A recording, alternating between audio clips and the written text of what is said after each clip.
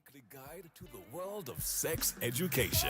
Join Roma every Tuesday night from 8 to 9 p.m. exclusively on ZYZ Radio 96.1 FM. It's the perfect way to spice up your midweek routine and get answers to all your burning questions.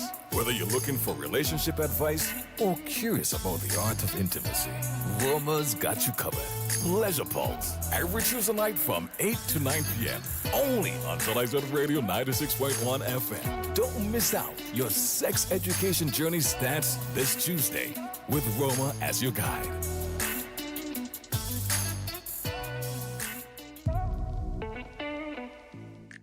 Good evening, everybody. Welcome to, it's not even another episode. I mean, it's kind of another episode, but it's been so long. I feel like we're almost starting over. It's been a while since we all heard Pleasure Pulse's theme song on ZIZ, so I'm sure many of you were excited to hear that we are back for 2025. It's a late start, but some people think that February is really the start to the new year. So I'm so glad to have you join me in 2025, all of you who are here tonight and are going to continue the year with us talking about sex as we usually do. I'm your host, Roma Richardson, and of course, before we get into tonight's conversation, I like to give you some time to let everybody know that Pleasure Pulse is live. So we will do just that. We'll take a short break and come back and get into tonight's conversation. So stay tuned. Attention business owners. This Valentine's season, let ZIZ Broadcasting Corporation help you spread the love and grow your brand. From January 19th to February 14th, take advantage of our exclusive Valentine's advertising package. With ZIZ, your heartfelt message reaches thousands across all popular radio platforms. Make this Valentine's Day unforgettable. Promote your romantic specials, products, and services to an audience eager to celebrate love. With our customized ad solutions, we'll help you stand out, spark connections, and boost your sales. Don't miss out on this perfect opportunity to share the love and maximize your exposure. Call us at 869-662-8203 or email sales@zizonline.com to book your Valentine's campaign today. ZIZ Broadcasting, connecting your business with your customers this Valentine's season. Valentine's advertising specials, January 12th to February 14th. Call 869-662-8203 today. Welcome back. You're tuned into Pleasure Pulse, and I'm your host, Roma Richardson. You're listening to ZIZ online, on Facebook, on YouTube, and on radio as usual. And tonight we're going to be talking about, I had planned this this conversation since the start of the year, talking about sexual New Year's resolutions. So, as the new year comes around, the mantra is often, like new year, new me, or new year, new you. And so I thought about the possibility of creating some New Year's resolutions. If you're into resolutions, if you're not into resolutions, just plans around sexual well-being, sexual wellness, sexual pleasure, and so on. So just as you are doing your 2025 goal setting for other aspects of your life, why not add the sexual aspect as well? So usually when we talk about setting goals, we're thinking about setting spiritual, career, financial, interpersonal goals. And we do all of this because it helps us to feel focused, it helps to provide direction, and it helps us to fulfill our potential. So if those are the objectives and the aims for setting goals, then for such an important part of our lives, which is our sexual well-being and sexual health, we should also set sexual goals. So a couple years ago, this is personal tidbits. I remember hearing someone use the example or use the phrase, and of course this is modeled after another phrase, which was make sex great again, right? And especially after difficult situations. So I've been thinking about where we all are, me specifically, when it comes to our sexual lives and our sexual wellness, and how we get back to or move towards states of not just, the absence of illness, but true well-being. So before we get deeper into the conversation, I want to remind us of some definitions that will be critical when we think about setting new sexual or reminding ourselves of what our sexual goals were.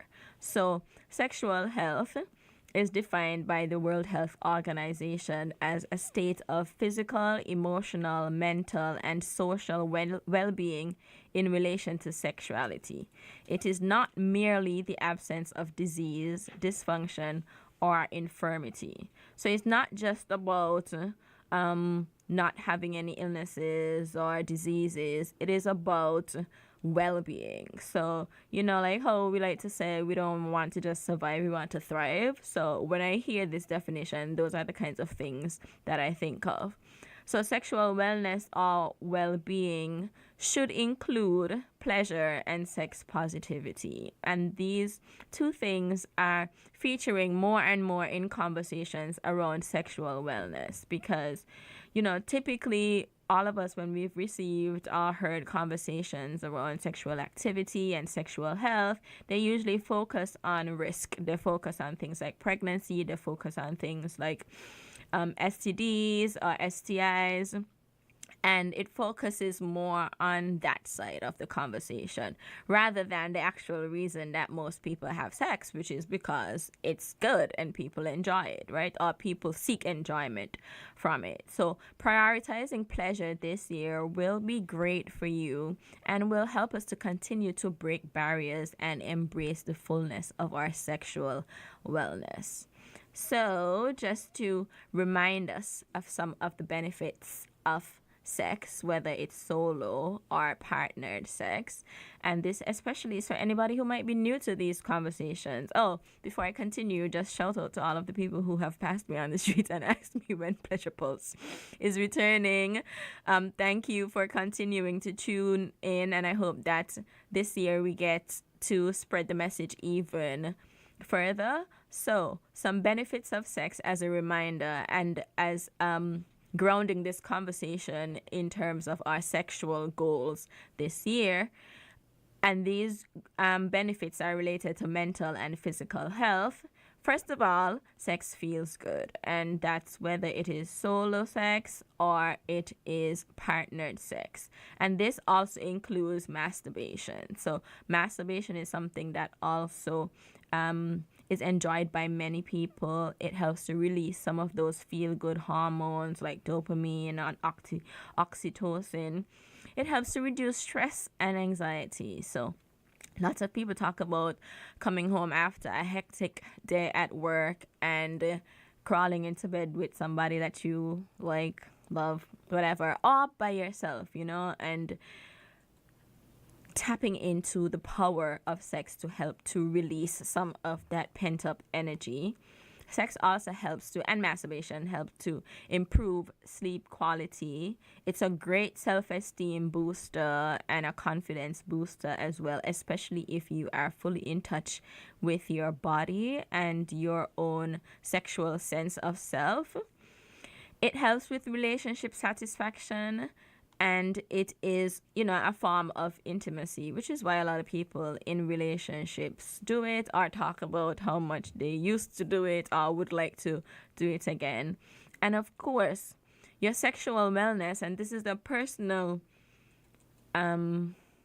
belief and driving force of mine, which is that people's personal and individual sexual lives, as well as the sexual wellness of our communities, contribute to overall public health and wellness. So just like how we talk about other aspects of public health, like we talk about the flu, we talk about cold, we talk about people's general well-being, I feel like people's sexual selves are a huge part of that we don't often consider, but that definitely has an impact on how productive people are and how people are able to show up, on the relationships that they have with others who might not even be the people that they engage in sex with. So, while we are talking about sexual planning for 2025, and throughout this conversation, I want you to definitely think about your own lives and what it is you want this year and going forward. So I encourage you to take out a piece of pen and paper, or however you take your notes, not just mentally, use the apps and so on to take notes if you need to do dictation, whatever it is that feels most comfortable for you. So before we get into like actually creating a plan for how you're going to go about achieving your sexual goals, your sexual wellness goals this year, I want to share some trends with you. So as usual, I like to do some research before each show, whether that is a show with a guest or a show just by myself, because I like to see what people are talking about when it comes to sex. So I looked up some trends for 2025, and I also saw it come across my Instagram feed, and I thought that was really interesting. So some trends for 2025, and you could think about how you might want to incorporate them in your life, or how they are possibly already being incorporated, and how you might feel about them too. So first one, sex during pregnancy. So the advice by sex experts is to get towards normalizing sex during pregnancy. This is such an interesting conversation because I have had men talk to me about their discomfort, not even in practice, like they're actually with a pregnant person, so there's actually the potential for it to happen, but just thinking about having sex with a pregnant person and the discomfort that they feel, the fear that it will hurt the baby or cause some issue to happen. And of course, I would encourage anybody who is considering, as a pregnant person or as a person who is having sex with a pregnant person, having sex, to of course talk to your doctor, but don't be guided by false notions. So talk to your doctor, talk to the people, let the people in the relationship have conversations too, talk about any potential discomfort. You could decide to take it easy, right? You could talk about what works, and that's important, communication especially. But a lot of what is floating around is just misconceptions, and a misunderstanding of anatomy of pregnant people as well. So I think once we get to relearning how anatomy works, as long as we get to talking to our doctors and talking to our partners, we can perhaps feel more comfortable with the idea. So normalize sex during pregnancy. And this was a postpartum doula and intimacy coach who talked about how they have helped pregnant individuals and their partners deal with changes in desire, explore safe positions, and embrace pleasure as a way to bond and to reduce stress. So an important point here is that change in desire, because hormones will have you every which way, right? When you're pregnant, when you're not pregnant, at any point in your life. So it is important to continue checking in with your partner or whoever you're having sex with, especially if you're together long term over those kinds of life transitions and you are experiencing changes. It's important to be able to talk about those things and address them head on, right? Another trend is postpartum intimacy. So not just sex during pregnancy, but sex in the postpartum period. So increasing emphasis on intimacy during the postpartum period, and expanding care beyond just physical health to include emotional and sexual intimacy as part of that healing process after giving birth. I've always found it really interesting, and maybe this is my own personal research that I need to go and do, how many relationships break up. Like, seem to be going perfectly well. They're together for years, and then after a baby comes, like, that is the end of the relationship. And there are lots of changes that occur in those situations once another person is introduced.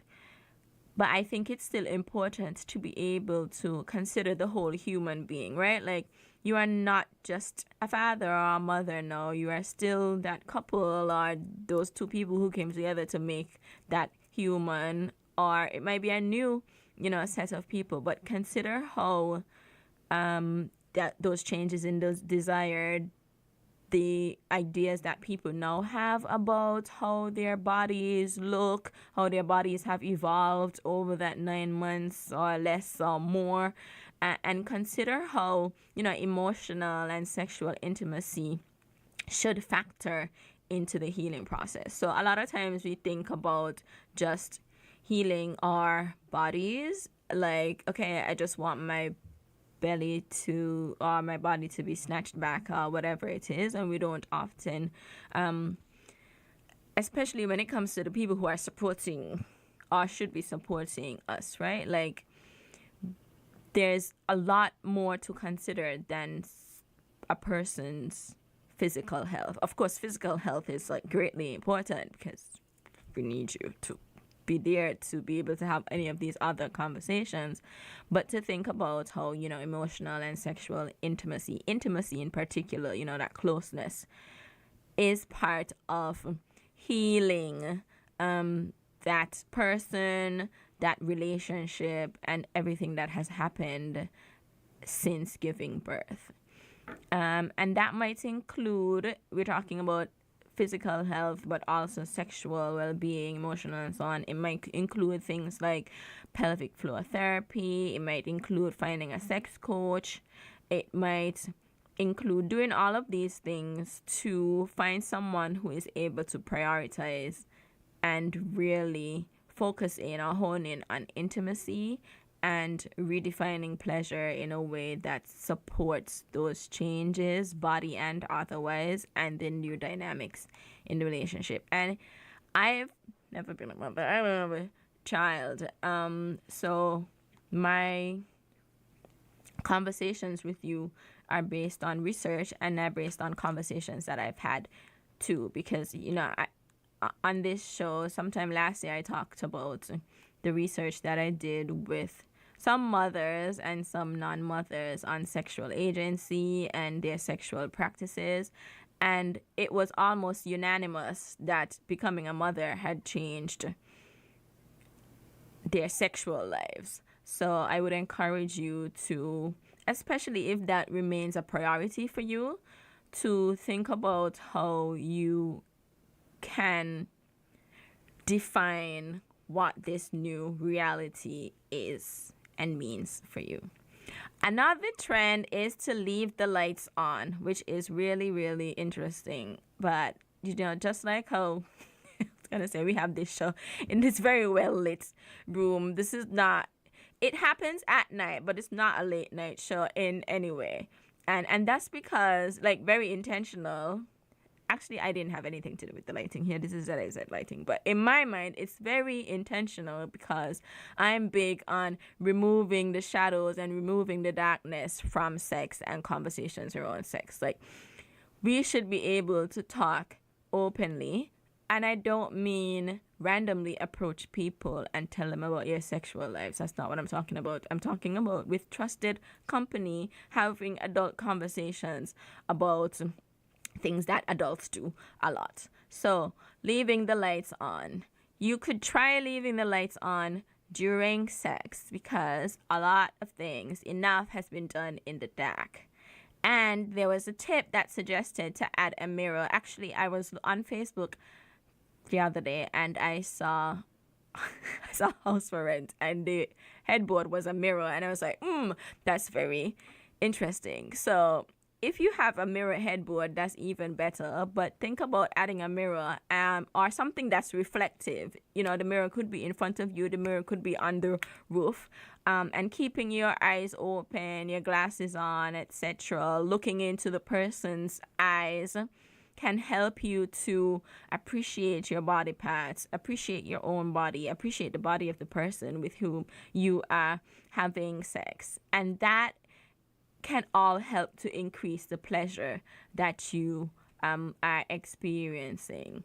And of course, if you're a person who is sight impaired, you can ask for people to provide physical descriptions, or you can explore with other senses that make sense for you. So this year especially, I want us to focus. I mean, the show is called Pleasure Pulse, so there's always a focus on pleasure. But this year, I want us to think about how we can increase the pleasure that we have. Another trend is to go natural. And since last year, I've been trying to have a conversation about a lot of these sexual enhancements, and hopefully it will happen this year. But the advice, the recommendation is to be done with things like honey packs and pill boosters, and also to eliminate the pineapple juice. And I will also add, eliminate, first of all, we have eliminated douching, and we will continue to advocate against douching because douching is harmful.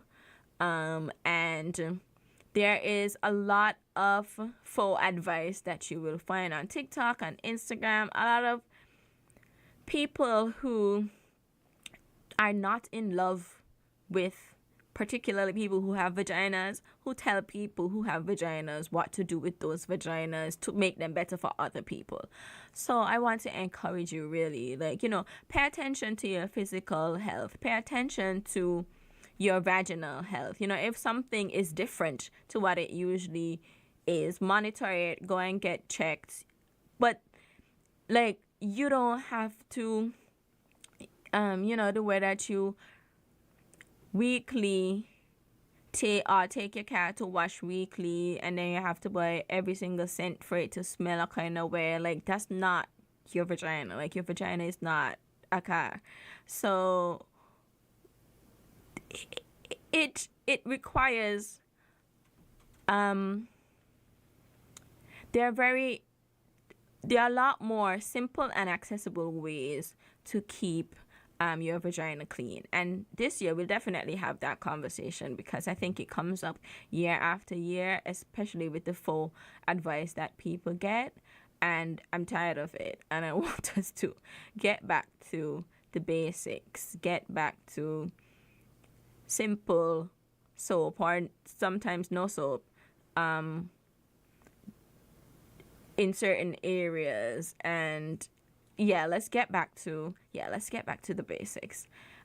So the advice instead is to do things like increasing your water intake. Are you drinking enough water? Because water can help. I mean, water is hydration, and hydration can help with a lot of things that might be thrown off in your bodies. Grab a water-based lube instead of random, not very well tested products that are advertised in different spaces. And also slow down, slowing down can help tremendously in helping us to achieve pleasure. Part of why, we're dealing with issues like not being fully aroused and things like that is because we're rushing into it, right? So slow down, tease, use edging, things like that, and those will help you to take pleasure to the next level. And another trend is to prioritize pleasure as self-care. Self-care is big, it's been big for a while now. And so when we prioritize sexual pleasure for ourselves and see it as a core part of self-care and self-love, then we can more intentionally seek things that help us to achieve pleasure. And of course, some other trends that I'll just summarize because it's a lot of trends. And of course, all of these won't apply for everyone. So pick what makes sense to you. Talk about what you are curious about. Ask your partners, and be open as well to what your partners might be interested in that you didn't really get excited about, and don't yuck anybody's yum. Yeah. So tech or technology. So people are talking about using AI powered tools. There have continued to be conversations about using long distance intimacy tools, like tools, sexual toys that are sex toys that are controlled through apps and so on. Tap into all of those things. Especially, I feel like now people are always all over the place, and you might be traveling back from somewhere and you meet somebody on the airport, and like that shouldn't stop you from finding love or having a nice casual hookup if that's what you're interested in, right? And of course, those who are in long distance relationships, tap into the tools that exist for you. Another trend is exploring dom or sub dynamics, which connects to BDSM and so on, but let's skip that one for now. Second to last one, sexual honesty. And this is definitely one that I am encouraging you. Like, if nothing else speaks to you, honesty should speak to you.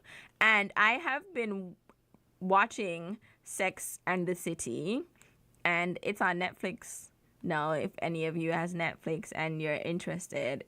And in one of the recent episodes, they were talking about how many women fake orgasms, and none of them was really achieving any pleasure because they were so committed to faking orgasms instead of talking to the people with whom they were having sex about what it is they liked, what felt good, what didn't feel good, and whether or not they actually orgasmed, and so on, right? So it's important to be honest. Don't lie.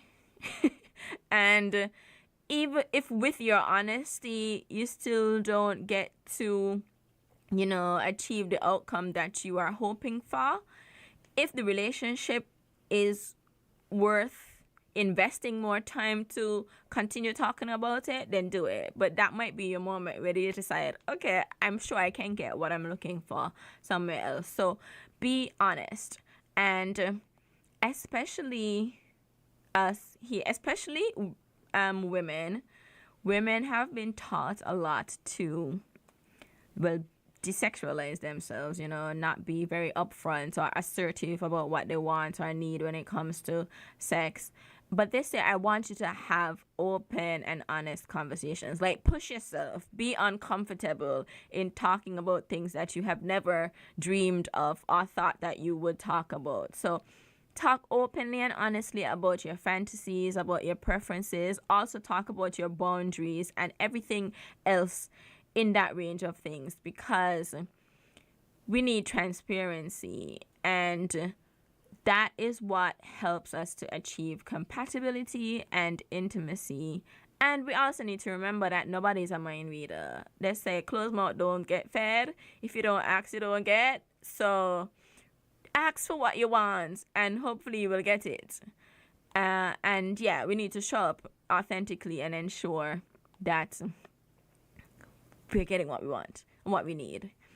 And then the last one is to use all your senses that you have access to, that you can tap into. So I've said this before, it's important to slow down, but it's also important to be present, and to, a lot of times, like when we're having sex, we're just having sex and it's just like a physical thing. And oftentimes that physical thing is just around our reproductive organs or vaginas and penises and so on. But it's important to use everything else. Like, you mean to tell me, like, my body begins here and ends all the way down there? This is at least my body, right? And we are only focusing on this small area. Like, there's a whole playing field that is unexplored, untouched, and so many possibilities too that might also exist. So use your senses and allow them to guide you. play around with the lighting, use candles safely, play around with the music, play around with textures, play around with tastes and scents and so on, and see how all of those different activities and actions and senses can help to enhance your pleasure and ensure that you have a good time, but also help you to learn about yourself. So, before I get into the actual tips for creating a sexual wellness plan for 2025, we're going to take a short break and then we will come right back, and make sure you have your tools to record your notes for this section.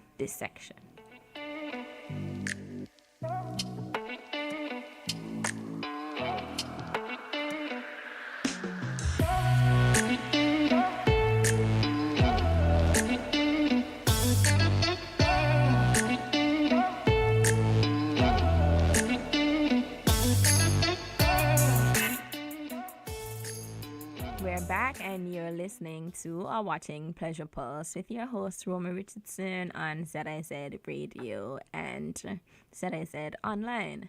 So we've been talking about setting sexual wellness goals for 2025 as part of, or as maybe even only New Year's resolution, especially since I said I feel like it has a trickle down or out effect on other aspects of our lives. And I have shared some sex trends for 2025 with you, and now I want to go into some tips for creating this sexual wellness plan or creating these sexual wellness resolutions for this year, or goals, however you want to call them. So my first suggestion is for you to do a sex audit. So just like you do an audit of organizations, a financial audit, an audit of an institution, a company, or whatever, to see how it's performing, to see what are the things that are going well, or what are the things that can be improved, what are the gaps, what are the resources, and so on. You can also do a sex audit, and I'm calling it a sex audit. So consider things like your feelings or attitudes towards sex, your frequency of sex and your feelings about that frequency, what sex may have been like for you last year, changes over the years, things you enjoy or don't enjoy as much, where you are now and what's been going on in your life, especially if there have been transitions, but even if there haven't been any major transitions. So some questions to consider are you generally satisfied with your current sex life? What do you enjoy about it? What, if anything, do you dislike or wish was different?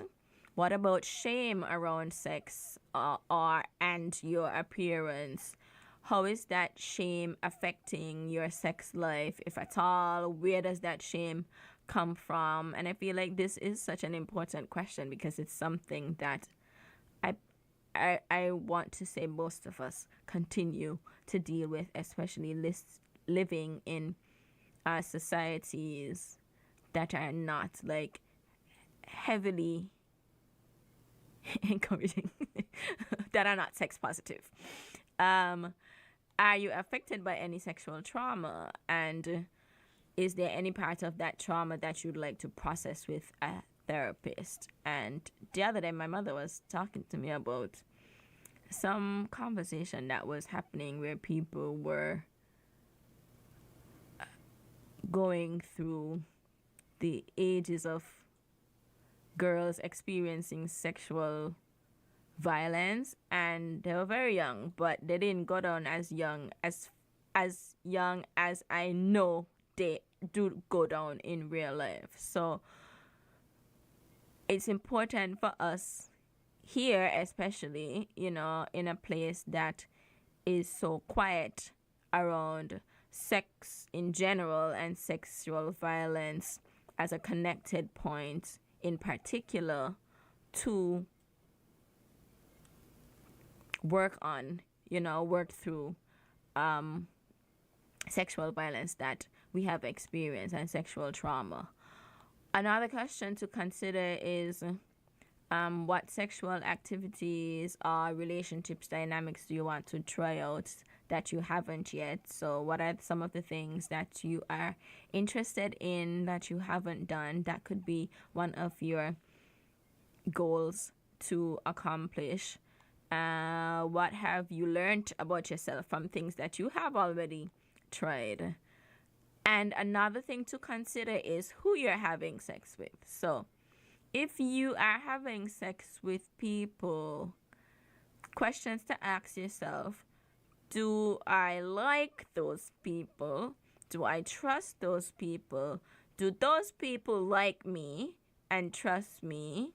Because a lot of times we spend time having sex with people who don't like us, and we know it. And when I say don't like us, I don't mean romantically don't like us. I mean they don't like us as a person. They're not interested in our well-being.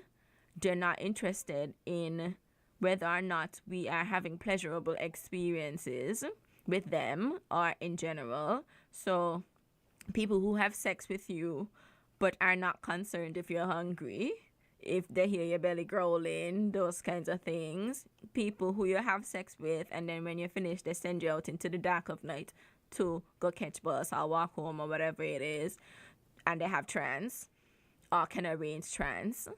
Yeah, think about, whether or not we're having sex with people who don't like us. And, do they meet our sexual needs? And what is keeping us having sex with them? How is communication with them about sex, during sex, before sex? How are their sexual health practices? Are you on the same page when it comes to those things? And another question to consider is like, how do you think about your pleasure, and do you prioritize it already? Something else that you want to do is define what sexual wellness is and what it looks like for you. So that might be related to the satisfaction with your sexuality or your sex life. It might be about continuous self-evaluation. It might be about boundaries or desires. You want to also think about the role of self-pleasure in your sexual wellness goals. And I would encourage everybody to do it, because it really helps you to learn a lot about yourself. And it's one of the safer ways to, achieve sexual pleasure. And having a partner does not prevent you from practicing practicing self-pleasure. And I think it's important, if you have a partner who is concerned about your practicing around self-pleasure, and a related point is concerned about your using toys and things like that, that's also worth evaluating. So we could be talking about things like expanding how you define self-pleasure and starting with non-sexual things, because a lot of times when we talk about sexual pleasure in particular, like we think it only involves our penises and vaginas, but there's so much more that can help us to get aroused, getting comfortable with our bodies, seeing ourselves naked. There are so many things that can just enhance our overall pleasure that are not necessarily related to sex. So these are also important to look into. And remember, self-pleasure is, it's a practice. As I mentioned, it's like orgasms don't always have to be the end goal for solo sex or for partnered sex. And that's a point to people with penises as well. Like, if you orgasm, that doesn't mean the sex is or should be over unless both of you are expressly okay with with that. So self-pleasure is about embracing all sorts of pleasure. Going outside and doing something nice, eating a nice meal, cooking a nice meal, dancing alone, in good lighting to nice music. So those are all things that can help. Another thing to consider for your sexual wellness goals is whether or not you want to learn anything new. So do you want to learn a new sex skill? Is there something that you would like to be better at when it comes to sex? There are so many people who do classes online, or so many, and it doesn't even have to be classes, because sometimes you listen to certain podcasts and they are descriptive enough to tell you step by step what to do. So I encourage you to do some research into that. So far I have do a sex audit, define what sexual wellness is and what it looks like for you, learn new sex skills, and there's also another one for your goals, which is being aware of your STD status, which can have a profound impact on your sexual and reproductive health, but also the sexual and reproductive health of the community around you. So it's important to, and a good idea to start by getting tested. Of course, HIV testing is free at clinics, and you can also contact. Some people do it privately for free. Some people do it privately through a doctor. So there are lots of options to get at least HIV testing, and you can do a full panel or close-ish to full panel for other STDs at lots of clinics, most clinics as well. I should check that out. So that you can know your status, which allows you to be, as healthy as you can be, while also keeping anybody that you're having sex with safe. And then my last suggestion, after you have done all of these things, and as a reminder, the things are doing a sex audit, so thinking about how you think about and feel about sex, defining what sexual wellness is and what it looks like for you, incorporating self-pleasure, I missed that one earlier, learning new sex skills if that's an interest of yours, and being aware of your STD status. And then after you've done all of those things, you make a plan, and that plan is how you will go about accomplishing goals for each of those things and any others that you might come up with that you want to accomplish. So just like how you might have career goals, and to achieve the career goal of becoming a certified chartered accountant, I don't even know what it's called. I'm not in that field. An official accountant. You will go to school, you'll study accounting, and you'll also do the test that you need to do to become certified. You can also create a sexual wellness plan, which is you have an end goal that you want to achieve, and then you work backwards to figure out the steps that you need to take to achieve that goal, the resources that you might need to achieve that goal, and that those resources could be time, they could be financial, they could be support from other people. So you set a goal, and then you plan backwards to think about the things that you need to do to help you to achieve those goals. And one more thing that I want to throw in here is also do reproductive health planning, particularly if you are someone who is able to have children. It's important to think about whether or not you want to. So to be pregnant or not to be pregnant, that is the question for 2025.